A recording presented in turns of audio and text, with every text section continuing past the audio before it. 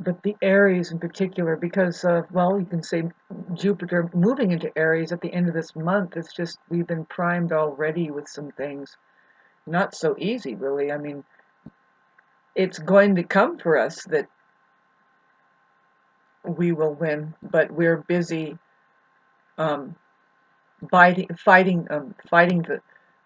the battles that we think that are worth fighting, and it's not very clear to a lot of people. Aries has to, it has a lot of healing to do, and it means to introspect, go inside, and relationship isn't going to help, you know. Although of course we know that we have to be tender in our relationships. We can't just, the Aries tendency when we are hurting is to just come at things from an angry place and rage and impatience, right? Everybody knows that of the Aries. There isn't divine timing, there's Aries timing. Anyway, no, yes, it's the I am, and why wasn't it now that we could have had a authentic response? Whatever, that's important. Hesitation isn't really getting things done. Neither is contracting and closing down. You know, expansion is the way of Aries. It just moves forward and is rising up and says, "Man, if you can't follow, then I'm going to clip you off, and then yeah, drag down. Not going to be dragged down, and we might be dragging you around if so, that you don't understand. We're just trying to move forward. After a while, right now, it's a time to move forward within ourselves as Aries.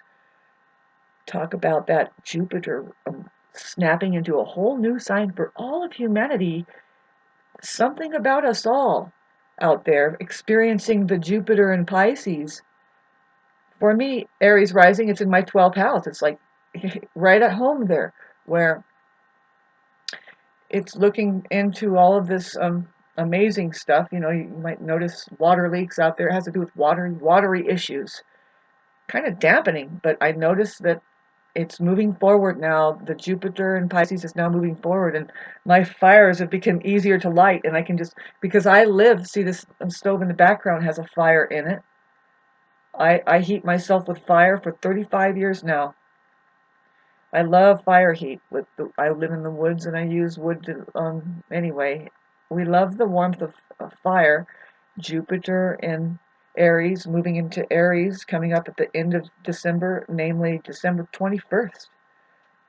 What a good way to start out the winter, for me anyway. The coldness of Jupiter and Pisces, not that it's not a cool place, but having a conjunct Neptune and the strangest thing happening with Mars right now, squaring that, which is a big deal, babes. We are having full moon coming up. It happens to conjunct, the full moon is in opposition to the sun, but it's in Gemini, okay? So the sun is in Sagittarius, moon in Gemini at like 16 degrees. Mars is at 16 degrees, going retrograde, doing the rough square to Neptune. We're just kind of getting off that exact square. But the Mars and Gemini retrograde has not been easy for anybody who likes to move forward, like the forward moving spirit. Like, we're kind of in complaint right now with in communication, but it's a divine thing. Talk about the divine timing. How that by these things that the Aries is not able to move anything right now. It's going retrograde, and it's like, even if you start a confrontation and say, can we correct this and make it, you're gonna a lot of flack with the gaslighter, and then there's an appearance of something, but whatever was happening before the retrograde, that's what you're looking at. That's where you're going to win. You're not starting anything new and any new arguments during the retrograde, and you're not going to win any of that. Even though some things may have come up, You know, there's massive amount of gaslighting. You know, if there's something to work out, this is the point to make. You know, when Mars goes direct, I think it's in February, finally, or March that it finally. Well, I don't know when it goes direct. I'll have to look, but I think it goes out of Gemini by March. So sometime in between now and then, it's going to go direct. At that time, babes, I think Jupiter will be in Aries by then, and it's going to be the rise of all humanity. It's going to start babbling away, really, whatever the concerns were that are really nebulous, right? Because it's squaring Neptune. Mars square Neptune is like, have you noticed, like, a lot of, I noticed the term gaslighting has come up into the forefront since this aspect. It's like, of course, what a better thing to look at. What an amazing symbological thing to look at. Mars square Neptune, gaslighting. You have Mars is trying to move forward with the truth, you know, but then Neptune is really nebulous and gaseous. If it's a square, and it is a square in the sky for all of humanity, very confusing, really blindsiding. Some people with Mars, and you got to look up, you know, find somebody with Mars and Neptune square in their chart.